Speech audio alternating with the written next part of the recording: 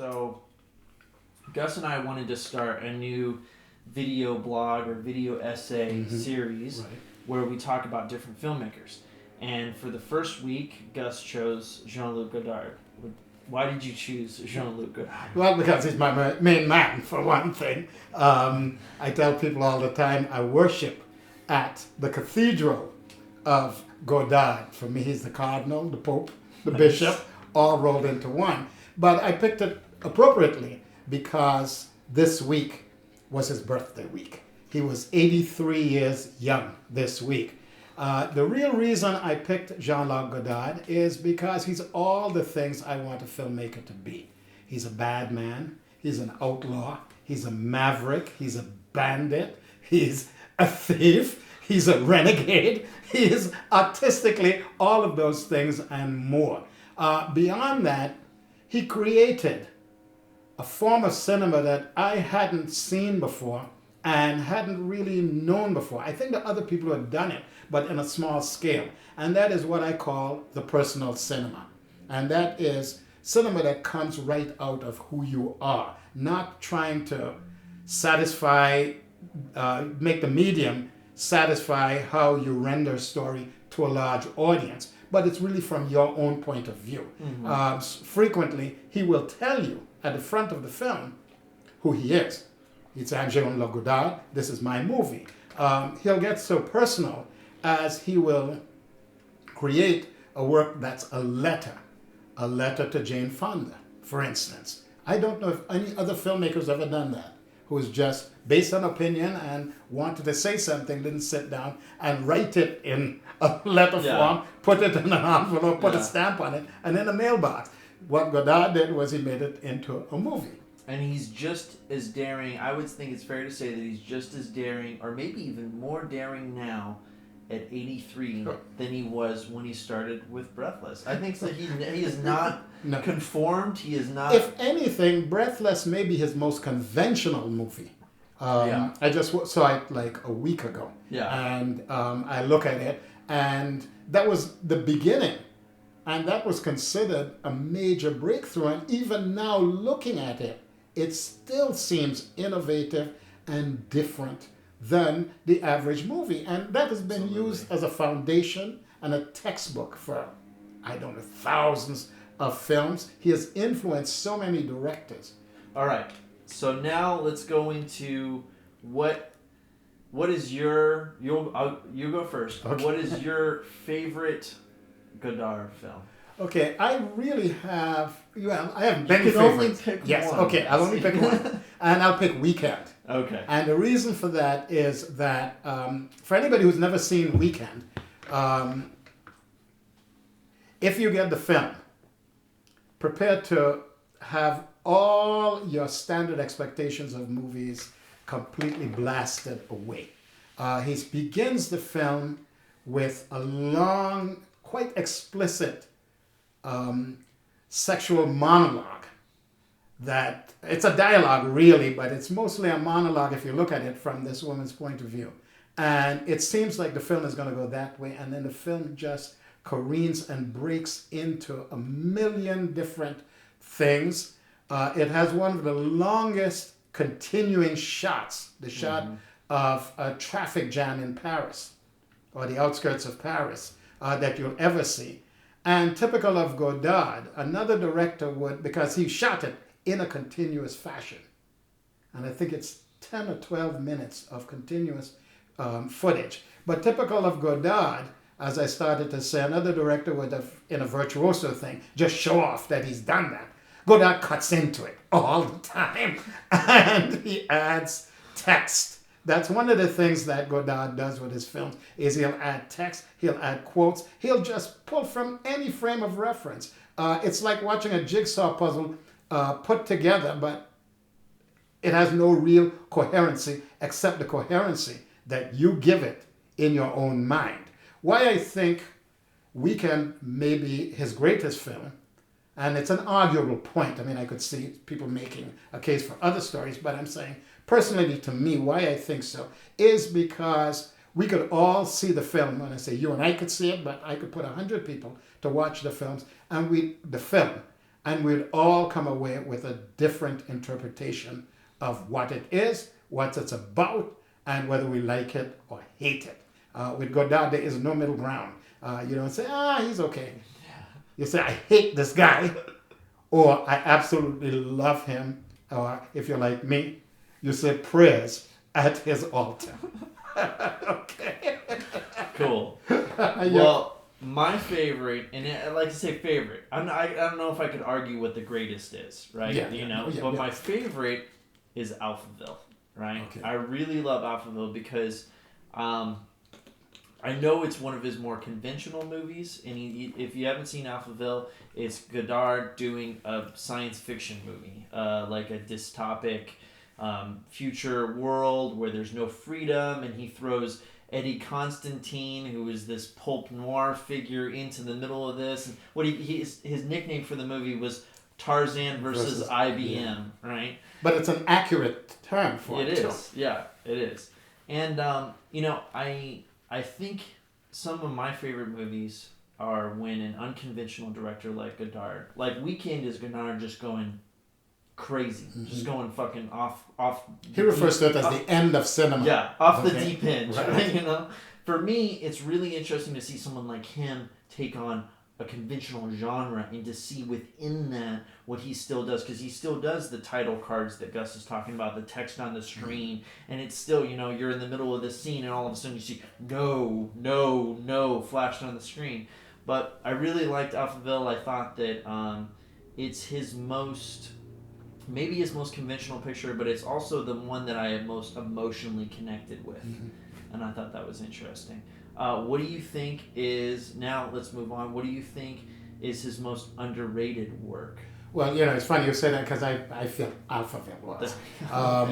Because I don't think it's been appreciated for what it really was when it came out, and it still isn't appreciated. And so you kind of, took my thunder. But I have to, again, say, it is Alphaville. I love Alphaville. I think it's a great film. I've shown it several times in my class. And generally, after we talk about it, most of the students absolutely wind up loving it. I think it is the greatest adaptation of a Gothic novel, a graphic novel, I'm sorry, not Gothic, but graphic novel, without the graphic novel as the foundation. Yeah. He sort of arrives at it just because he came up with an original screenplay to do it. But he has references to Tarzan, Flash Gordon, and all of these as though they actually exist in this graphic world, this created world of cinema. And so I think that's his most underrated picture. What do you think? Well, I thought a lot about this, and I thought his most underrated and maybe underseen thing is that Histoire de Cinema that they just finally put on DVD. Which, if you haven't seen, it's like a 8-part documentary, right, on Godard's love of cinema.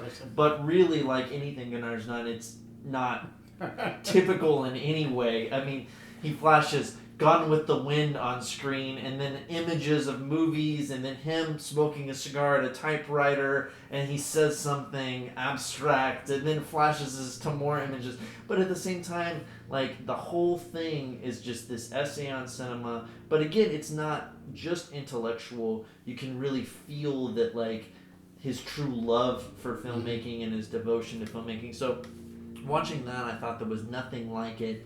And it was his love letter to movies. So I think that, to me, that's his most underappreciated, underseen masterwork, is that the problem with that is that the film itself hasn't been available. Yeah. And which is true. It was available in France, and I remember talking to my class about this. It was available the 100th anniversary of cinema. That's when he made it. Yeah. And it played in theaters. And I remember pointing out to the class, and I said, look, we should have been having this playing here, but it's not. That's true. And so, unfortunately, I mean, it came out in DVD. Just like a couple years ago. Yeah. And I think it played in one small theater in New York, and that was about it. Which is unfortunate, for me, the most, I said... You said Alphaville was the most underrated. What's the most overrated? Overrated, that's what I wanted to talk about. I really feel that it's contempt. Okay. I like contempt, but I don't think it's among his greatest, only because two things. One, I think he got hemmed in by the novel. First of all, the Moravian novel that it was adapted from. And two, I think it's because he himself wasn't comfortable making a movie where there was a real conventional industry producer. Joseph E. Levine was the producer on the picture, Hollywood producer, really. He also was working with an actor, Jack Palance, who truly hated the process of working with him, didn't like the way he worked because Jack Palance was used to working the Hollywood style. Jack Palance, individually and independently, was a wonderful actor, but he worked in a tradition that was so alien to him, to Godard, that when he was working with Godard, they absolutely clashed. And then you had Brigitte Bardot, who availed herself to Godard and did everything he wanted, but she was somewhat out of her comfort zone as well. And Michael Piccoli also. Yeah. So you had actors from sort of the conventional world working within an unconventional structure, or the unconventional structure that Godard created.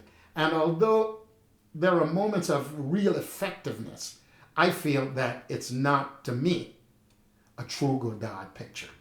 And it has been praised, and many people feel it's maybe his best film. I don't think so. I don't agree with it, that's all. Interesting. So this was picking the most overpraised Godard film is difficult, because I feel like after Weekend, none of his stuff is very praised. No, right? not at all. You're right. And I don't think Breathless could ever be praised enough. Right? Yes. I'll say this. The one that I picked, I don't mean that it's a bad film, but I have yet to at least appreciate it. Therefore, at this moment, I feel that it's overpraised. I really think that Pierrot Le Fou is an overpraised Godard film. It's one of the ones that's most pointed to in that work between Breathless and Weekend. There's a lot of it seems like people are always pointing to that one as being one of the more interesting, one of the more daring, one of the most entertaining. And at least when I watched it, it fell flat to me.